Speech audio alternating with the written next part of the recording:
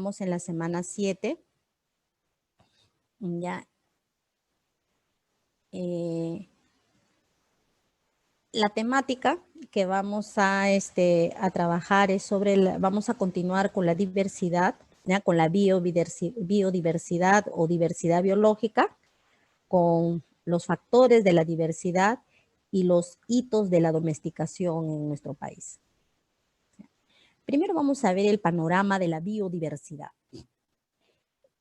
Vamos a tomarlo desde el punto de vista de la salud humana, porque es importante, ¿no?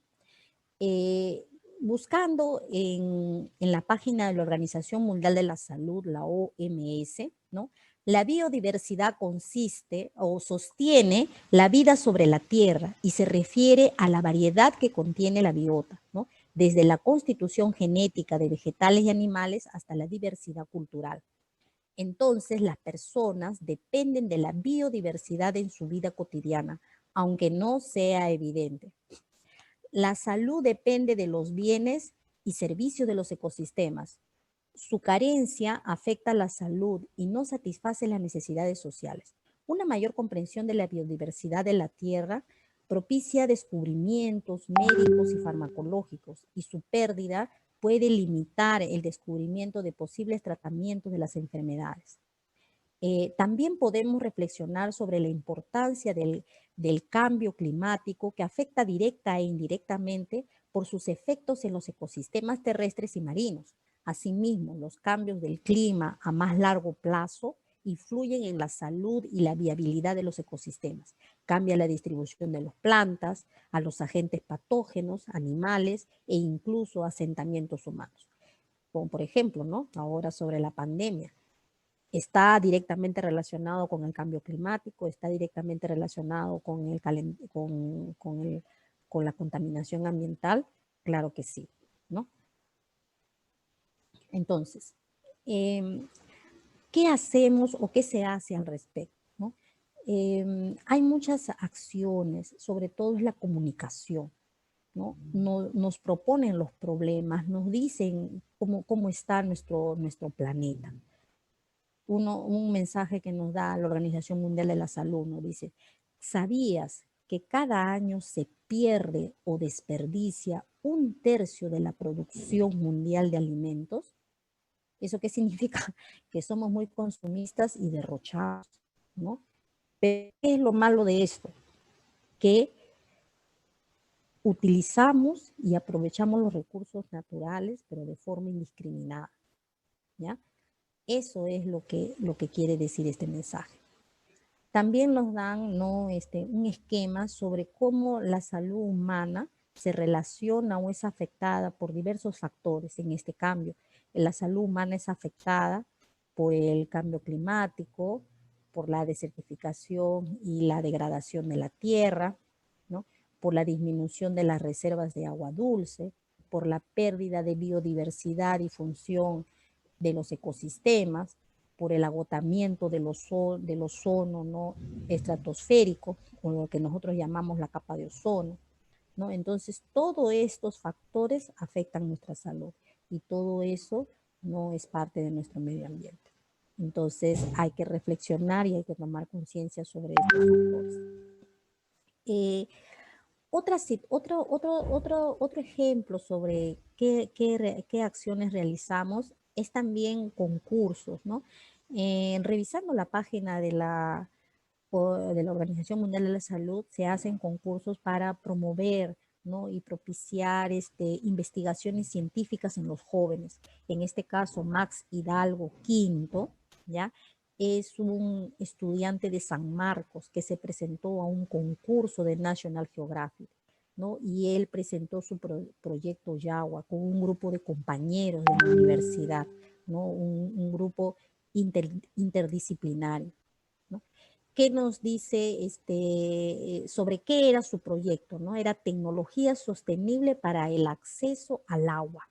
Entonces, su proyecto estaba principalmente enfocado, empleando la tecnología para obtener agua. ¿En qué consiste, no? Yagua dice que es una tecnología portátil, multifuncional y sostenible capaz de obtener hasta 300 litros de agua al día a partir de la humedad y la neblina atmosférica. Esta tecnología se puede aplicar para brindar acceso al agua potable a las comunidades, en proyectos agrícolas y forestales y para el riego de edificios verdes. Yagua es una alternativa que nos permitirá prepararnos para el futuro ante una inminente escasez de agua que sufrirán 33 países del mundo aproximadamente en el 2040. Entonces, ¿no? Hay que resaltar siempre los trabajos de los jóvenes, ¿no? Que siempre siguen, ¿no? Y están trabajando en favor de nuestro planeta. Entonces, ustedes también, quizás no con un proyecto de esta magnitud, pero por lo menos, ¿no? Con la reflexión y la comunicación a los estudiantes, que aprendan a cuidar su medio ambiente y a reconocer los recursos naturales que son importantes, ¿ya? Ese es el trabajo del maestro, ¿no? Aunque quizás no sea una función muy vista, ¿no? Muy elogiada, pero nosotros de todas maneras sabemos que hacemos mucho por nuestro planeta.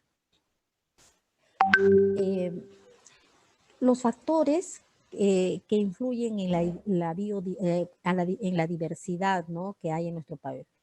Entonces, estos factores, ¿no? Que determinan la gran biodiversidad de nuestro país son tres principalmente, aunque también hay otros factores, ¿no? Que influyen. Uno son las corrientes marinas. Ustedes saben que nosotros tenemos pues las corrientes de aguas frías y aguas calientes en nuestro país, la corriente del Niño y la corriente de Humboldt. Entonces, estas corrientes hacen de que los recursos y la flora o el medio costero, ¿no? De nuestro país tenga diversas, ¿no? Flora y fauna, características de esta zona y enriquece también nuestra biodiversidad. Entonces, también otro factor es la cordillera de los Andes, el levantamiento de nuestra corteza terrestre en esta zona, ¿no? Hace de que también nosotros tengamos muchos pisos altitudinales y en cada piso altitudinal hay una diversidad, ¿no? De recursos naturales de los cuales nosotros pues podemos explotar y a la vez, ¿no? Genera una gran biodiversidad. A un lado de la cordillera que da para el Océano Pacífico ¿no? Cumple ciertas características. Para el otro lado, ¿no? Que da para el este, para el Océano Atlántico, también tiene otras características. En ese lado tenemos ahí la gran cantidad, ¿no? de fauna y flora con la región de la selva, ¿no? También otro factor determinante son los vientos del Atlántico.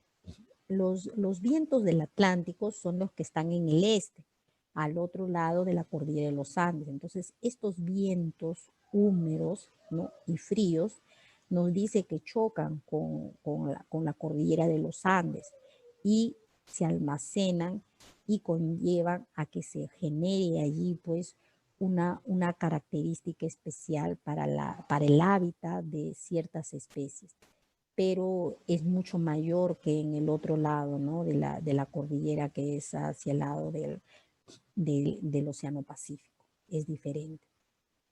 Entonces, estos tres factores son los que influyen en que nosotros tengamos una gran biodiversidad. ¿Quién ha estudiado sobre los ecosistemas en nuestro país? Fue el conservacionista Antonio Braga. Él, de acuerdo a sus investigaciones y estudios, estableció 11 ecorregiones.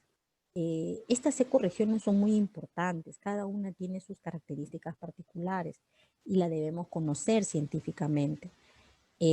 Tomar conciencia sobre las actividades que las alteran, ¿no? Y que es muy importante conservarlas porque allí se encuentran las especies, ¿no? que nosotros tenemos y también el ser humano, cuya supervivencia depende de este medio ambiente, ¿no? Entonces es muy importante pues que esto debamos conocer. Ustedes como maestros no sabemos dónde nos va a tocar quizás trabajar, ¿no? Yo cuando inicié mi labor no empecé en Lima, yo empecé en provincia. allí me nombré. Entonces, en algunos trabajos que he realizado, yo he conocido el norte del país, he conocido selva, el sur nomás casi no he conocido realizando trabajo educativo, me refiero, ¿no? Pero sí toda la parte del norte, ¿no? He podido conocer, ¿no? Cuáles son las características, ¿no? De los ecosistemas y también las actividades educativas que se llevan en esos ambientes. Y es muy interesante. Y la vida, ¿no? De las personas también varía, ¿no? La actitud y el desarrollo, ¿no? De acuerdo a estos diferentes ambientes es diferente. Por eso los aprendizajes significativos varían, ¿no? Y es muy importante pues que el maestro se adapte y los conozca. ¿Qué factores influyen, ¿no? En la biodiversidad? Principalmente en la flora y la fauna, ¿no? Los factores que influyen en la distribución de la fauna es la vegetación, el clima, el relieve del suelo y la acción del hombre, ¿no?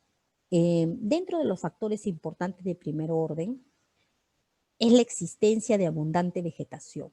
Los animales consumidores de primer orden son los herbívoros, los cuales atraen a los animales carnívoros para alimentarse. Este es un ejemplo de la cadena alimenticia. ¿Qué cosa quiere decir? ¿No?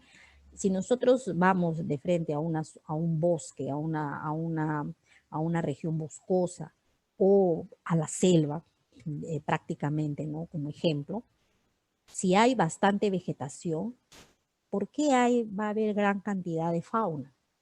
Porque de acuerdo a la cadena alimenticia, en la búsqueda de su alimento, pues va a jalar uno al otro, ¿no? Por decir, si hay abundante vegetación, hay bastante alimento, por lo tanto va a traer insectos, ¿no? Animales que comen vegetales. Como va a haber gran cantidad de estos animales que comen vegetales, o sea, los herbívoros, van a atraer a los carnívoros. Y como hay gran cantidad de animales herbívoros para estos carnívoros, entonces también va a aumentar la población de insectos, de herbívoros, de carnívoros, ¿no? Y como hay gran cantidad de animales que a la vez también van a morir, van a formar parte del subsuelo, ¿no? Se van a descomponer, entonces también va a servir pues para el otro grupo, ¿no? De animales descomponedores, de los seres, de los organismos descomponedores y también pues de los carroñeros y todo eso. Entonces, todo se va relacionando de acuerdo a la cadena alimenticia. Entonces de ahí se va reconociendo, ¿no? Cómo es la distribución de los animales a nivel de nuestro país. Si analizamos el factor que influye al crecimiento de vegetación en una determinada zona o ecosistema terrestre, lo encontramos gracias a los vientos del Atlántico y la cordillera de los Andes. Ahora, ya les había explicado anteriormente, ¿no? Cómo la cordillera ayuda a que se concentren las masas de aire, ¿no? Y humedad en estas zonas de la selva. Entonces, hay una pregunta, ¿no? ¿Podrías decir por qué sucede, ¿no? Que hay mayor vegetación debido a los vientos del Atlántico. Van a reflexionar y van a responder, ¿no? Entonces, una vez que nosotros ya hemos visto, ¿no? Que hay factores que influyen, estos vientos van a provocar un clima característico. La cordillera de los Andes también van a provocar un clima característico en estas determinadas zonas. Entonces, si nosotros vemos que el clima también es un factor importante para la vegetación, ¿cómo afectaría el cambio climático a la biodiversidad? Ya me estoy yendo a algo más global, ¿no? Si estamos viendo que el clima es un factor importante para que haya una buena vegetación, ¿qué pasa si el clima se afecta? O sea, el cambio climático. ¿Afectaría a la biodiversidad? ¿Cómo? ¿Cómo afecta el cambio climático a la biodiversidad? Yo sé que ustedes tienen bastantes respuestas y sé que lo pueden deducir. Pueden buscar información y averiguar también un poco más. pero lo que yo quiero es que ustedes reflexionen en este punto, ¿no? Y se den cuenta, ¿no? Que cómo el cambio climático va a afectar, pues, en realidad a la biodiversidad de nuestro planeta, ¿no? Y en este caso, principalmente al Perú, ¿no? Que es considerado como un país mega diverso. Hitos de la domesticación en el Perú. Es muy importante saber también, ¿no? que, que, la, que la domesticación eh, fue desarrollada, ¿no? Hace miles de años. ¿Y por qué hablamos de la domesticación? Porque también va a formar parte de la biodiversidad, también va a formar parte, ¿no? de, la, de la selección o la parte de la flora y fauna que tiene nuestro país y eh, puede ir en crecimiento o también puede disminuir. Entonces, por ese motivo vamos a hablar sobre la domesticación y por qué es importante, ¿no? Entonces, hace miles de años, en diferentes partes del mundo, grupos humanos recogieron, ¿no? Semillas y, y capturaron animales silvestres para reproducirlos. En este caso, ¿no? Por medio del cultivo y la crianza, se seleccionaron las plantas y los animales con mejores características para ambientes y productos particulares. El proceso de domesticación tiene 4 pasos principales, ¿no? Primero, la elección de la especie. De acuerdo con las necesidades, se eligen las plantas o animales que se quiere domesticar, ¿no? Entonces, en un inicio, pues nosotros vamos a seleccionar qué es lo que vamos ¿no? ¿Qué especie vamos a domesticar o a cogerlo o cultivarlo, ¿no? En este caso, solo lo que necesitamos nada más. Punto número 2. Empieza el cultivo y la crianza. Según las mejores técnicas de cultivo y crianza conocidas, se reproducen en cautiverio las especies de plantas o animales elegidos. Entonces, una vez que yo ya seleccioné o elegí qué especie es la que yo quiero, ¿no? cultivar o criar, entonces yo tengo que elegir de qué manera, ¿no? Tiene esta especie que he elegido perdurar, ¿no? Porque va a satisfacer una necesidad para mí, sobre todo principalmente la alimenticia. Entonces, tengo que,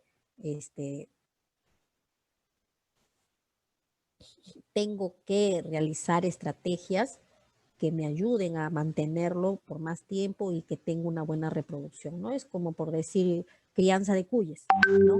Crianza de conejos, crianza de pollos, ¿no? O sembrar lechugas, o sembrar maíz, o papa, ¿no? Entonces, tiene diversas características, ¿no? Y tengo que realizar, pues, buenos métodos o buenas técnicas de cultivo crianza.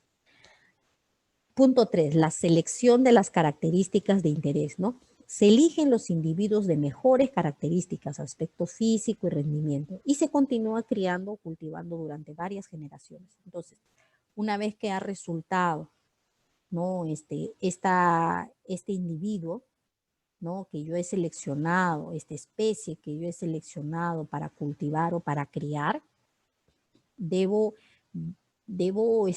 ver cuál es el que tiene mejor genética, mejor característica, y ese la dejo, ¿no?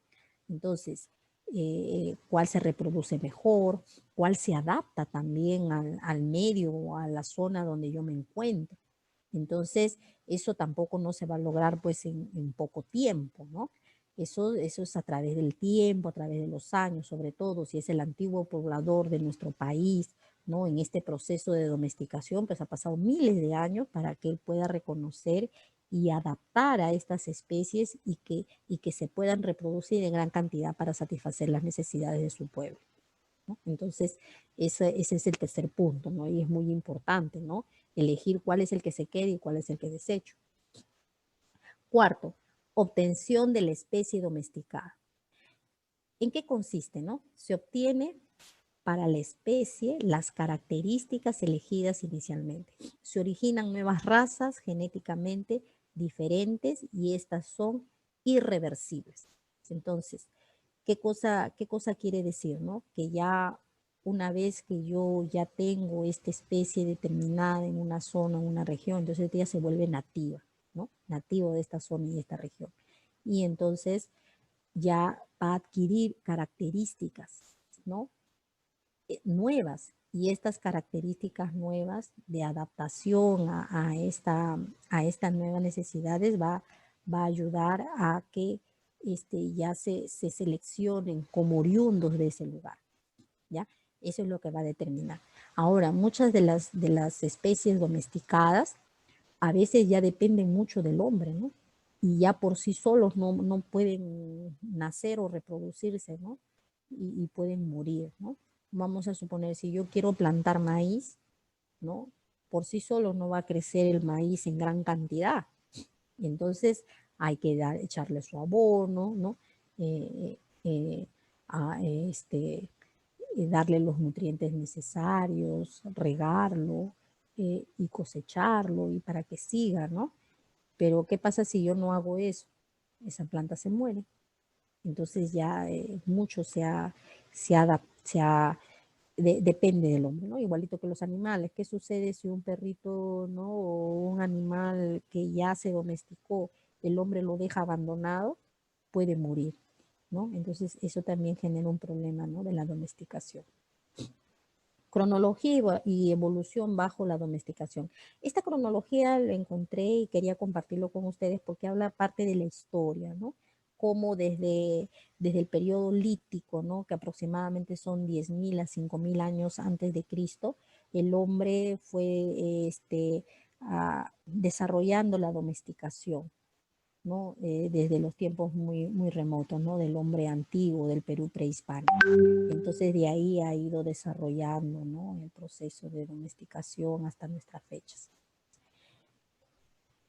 En la evolución bajo la domesticación, ¿no? El gran cúmulo de conocimientos que los grupos humanos reunieron durante la fase de cazadores y recolectores respecto a su entorno, ¿no? A la ecología, la distribución y estabilidad de los grupos de plantas o animales que eran de su interés y utilización.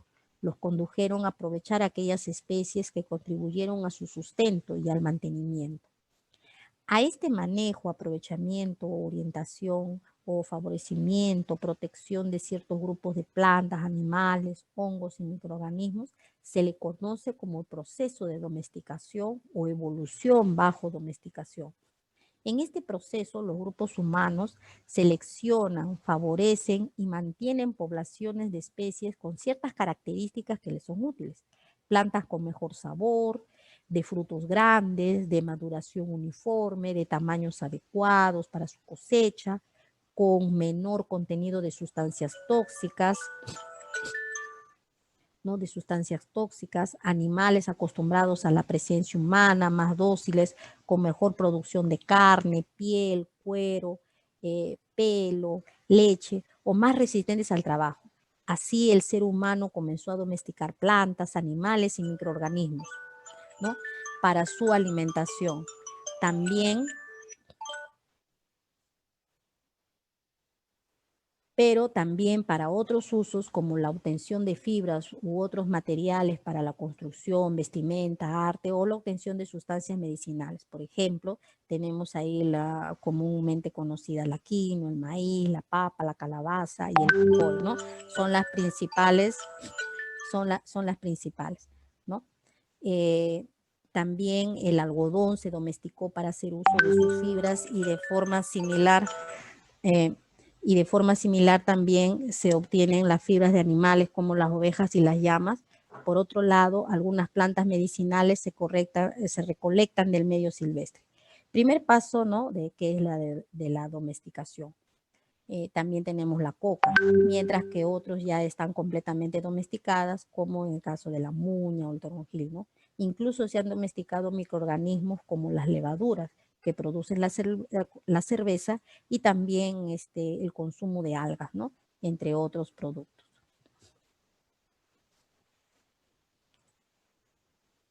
Carolina. Ya. Animales domésticos y la biodiversidad. Las especies de animales importantes para la producción de alimentos y la agricultura son el producto de procesos de domesticación. Este proceso, no comenzado hace 12.000 años con los ancestros salvajes, se prosigue en nuestros días. Las relaciones evolutivas uniendo a la mayor parte de las especies, ¿no?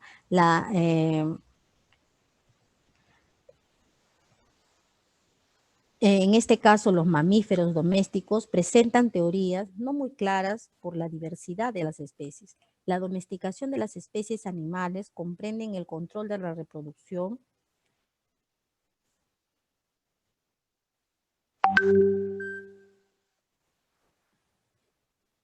en provecho de una comunidad humana. En la medida que el hombre ha evolucionado y extendido el área bajo su control, los animales han sido modificados para satisfacer las necesidades humanas en estos nuevos ambientes.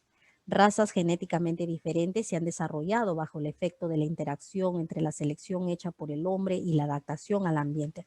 Los animales son uno de los elementos fundamentales de la mayor parte de los ecosistemas. Es bien conocido que la incorporación de animales dentro de las especies vegetales aumenta la producción y la productividad de la agricultura, sustentable en la mayoría de las condiciones de producción.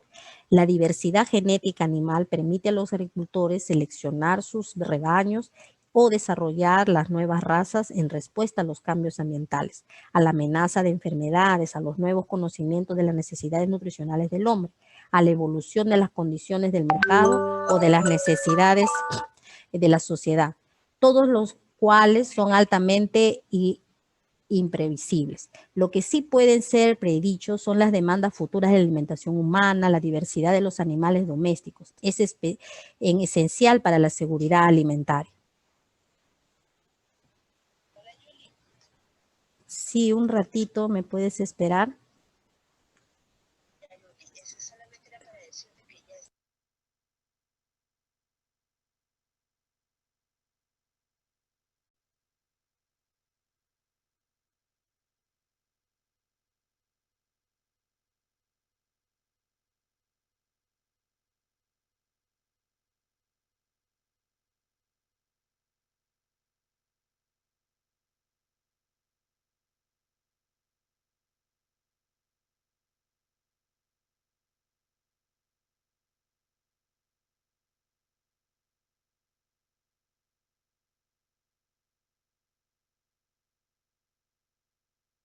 Disculpen un ratito, ya, continúo.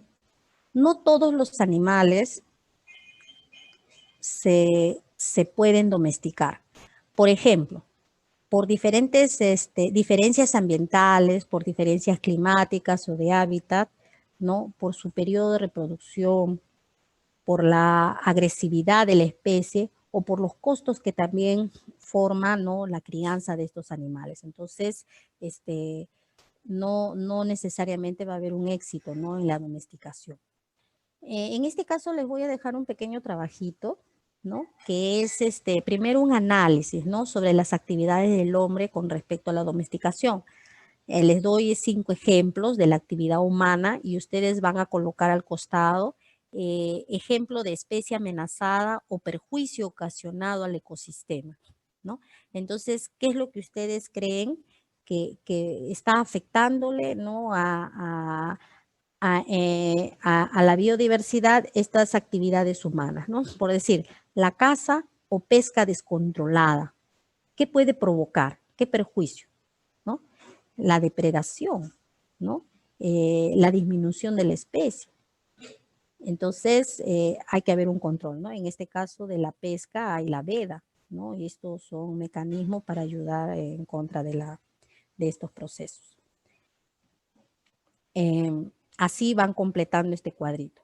Con respecto al siguiente cuadro, es un proceso de la domesticación el cual ustedes van a completar ya y van a desarrollar. Esto como una práctica, ¿no? Para afianzar los aprendizajes.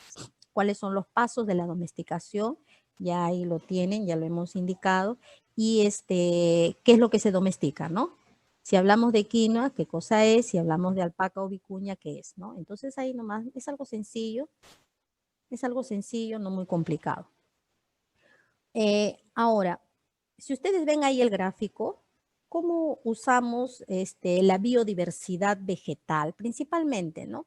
¿Qué es lo que, si ustedes ven ahí, lo utilizamos muchas veces en alimentos y bebidas, desde, ¿no? Desde la agricultura tradicional, ¿no? Siempre, muchos años, ya el hombre ha domesticado la papa. En este caso también muchos recursos vegetales son de uso medicinal. Algunos también son tomados para la artesanía, ¿no? En el caso de la paja, las embarcaciones de totora, ¿no? Que son utilizados. También sus modelos o ejemplos para hacer dibujos, para pintar, ¿no? En el caso de las artesanías. Y también para el uso ornamental, ¿no? Las plantas bonitas, ¿no? Que pueden adornar pues el ambiente, ¿no? Donde se encuentran. También el uso también en la producción o comercio, ¿no? Que es, por decir, el uso de la madera. En este aspecto, van a explicar en un cuadro comparativo el uso de la biodiversidad animal y vegetal, ¿no? ¿Para qué sirve? Yo les he dado un ejemplo de vegetal, ahora ustedes van a hacer del animal y van a completar los dos, ¿ya? En un solo cuadro nomás, uno de vegetal y otro de animal, los dos juntos, para que comparen, ¿no? Cuáles son sus usos. Sobre todo es para darle un valor, ¿no? a nuestros recursos. Muy bien, entonces, nosotros debemos tener en cuenta, ¿no? Que la diversidad de nuestro territorio y sus pisos altitudinales hace que tengamos una enorme variedad de recursos naturales y por lo tanto nuestro país sea mega diverso. Entre ellos están los bosques, los glaciares, los ríos, los lagos, la flora, la fauna, el petróleo, los minerales, el gas natural, etcétera. La explotación adecuada de los recursos naturales juega un papel muy importante en el Perú, pues permite generar ingresos que benefician nuestra economía, pero este crecimiento económico y poblacional deben ir de la mano con las leyes que contribuyan a la protección de los recursos naturales. Entonces, eso es como una reflexión. Ahora yo les pregunto, desde el punto de vista educativo, ¿qué acciones puedes proponer para valorar y cuidar la biodiversidad biológica de nuestro país? Ya, entonces, una vez que ya nos hemos empoderado, hemos comprendido, ¿no? Sobre nuestra biodiversidad, ¿qué puedes hacer tú con respecto a esto, ¿no? Desde tu posición de maestro, ¿ya? Eso es el trabajo que les voy a dejar, ¿ya? Sobre este curso en Cultura Científico-Ambiental. Un mensaje, ¿no? Reducir el consumo permitirá preservar nuestros recursos naturales. El Perú, país megadiverso, ¿no? Debemos tener orgullo de ser peruanos. En este caso, chicos, muchas gracias. Si hay algunas consultas al respecto, si han entendido bien sobre la tarea. ¿Hay alguna pregunta? Sí, sobre el cuadro comparativo entre vegetales y animales, lo hacemos en un cuadro, los dos juntos. Sí, los dos No lo juntos, entendí es muy un bien. cuadro. Sí, un cuadro nomás, en una columna ponen recursos animales y en el otro ponen recursos vegetales. Nada más, es de lo que justamente les he explicado aquí de la biodiversidad en que utilizamos, eso es lo que van a hacer en ese cuadro. Ah, ya, ¿en qué utilizamos en ambos casos? Sí, sí, o sea, Ya, su uso, ¿no? ya, Ya en vegetales lo tienen, ahora solamente falta en animales, ¿no? ya lo entendí, gracias. Claro.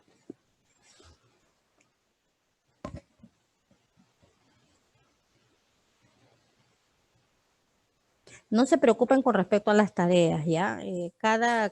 Ustedes saben que cada curso tiene sus preguntas y entonces, si en este caso de la plataforma, ¿no? Dentro del curso de práctica está CCA, no se preocupen.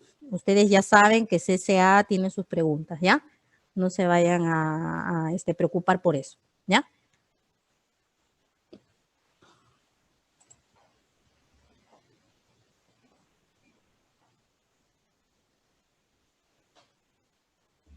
No hay mucho que hablar de recursos.